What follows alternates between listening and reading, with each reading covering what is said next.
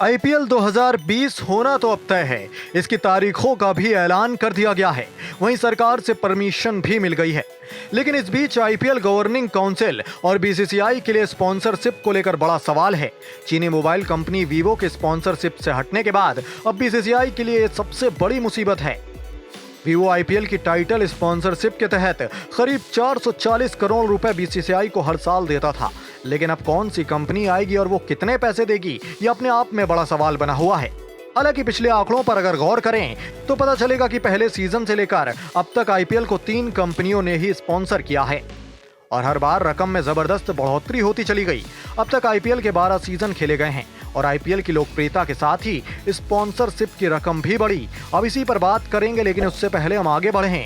अभी के अभी एनएन स्पोर्ट को सब्सक्राइब कर दीजिए और नीचे जो बेल आइकन है उसे भी प्रेस कर दीजिए।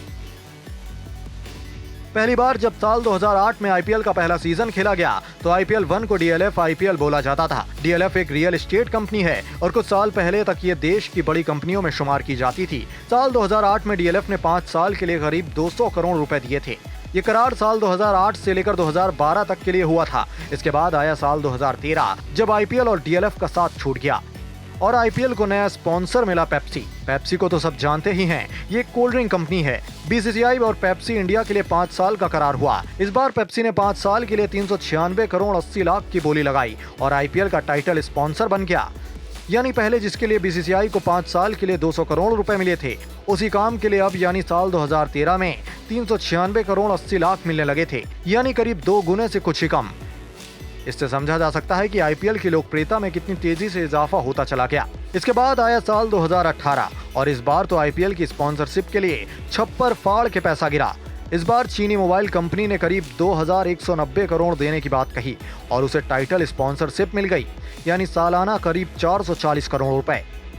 पहले साल आईपीएल को पूरे 5 साल के लिए जो स्पॉन्सरशिप 200 करोड़ रुपए में दी थी, वो आगे जाते जाते उसके एक ही साल के लिए 440 करोड़ में तब्दील हो गई। लेकिन अब सवाल यह है कि क्या इस साल भी इसी तरह का इजाफा स्पॉन्सरशिप में दिखेगा या फिर कोरोना वायरस के चलते जो आर्थिक हालात खराब हुए हैं उससे स्पॉन्सरशिप पर भी कुछ असर पड़ेगा। आपको बता दें कि आईपीएल के 13वें सीजन में वीवो हटने के बाद लीग के लिए नए प्रायोजकों के लिए जमीन खाली हो गई है। हालांकि इस बीच बाजार के विशेषज्ञों का कहना है कि या तो ई कॉमर्स या ई लर्निंग कंपनियों में से कोई इसमें कूद सकता है। साथ ही टेलीकॉम सेक्टर में से कोई भी कंपनी अपने हाथ आजमा सकती है। बाजार विशेषज्ञों का कहना है कि दिवाली के चलते अमेजॉन जैसा ब्रांड इसमें कूद सकता है। साथ ही इस डील में उन्हें वीवो की रकम 440 करोड़ से कम रकम लगानी होगी। कोई भी कंपनी इसमें आए, यह हर किसी के लिए अच्छी स्थिति है। विशेषज्ञों का मानना है कि इस लॉकडाउन में जो कुछ हुआ उसका बाजार पर आर्थिक प्रभाव भी पड़ा। इसमें 2 खिलाड़ी निकलकर सामने आए, ई लर्निंग और ई कॉमर्स सेक्टर। अब किसी नए खिलाड़ी के आने की उम्मीद नहीं कर सकते कि कोई स्टार्टअप आ जाए, लेकिन हो सकता है कि बायजूस जो पहले से ही बीसीसीआई परिवार का हिस्सा है, इसमें आ सकता है और इवेंट कर सकता है। इस बीच एन अकेडमी को ना भूलिए, जो अपने आप को क्रिकेट वर्ल्ड से जोड़ने के पीछे लगा है।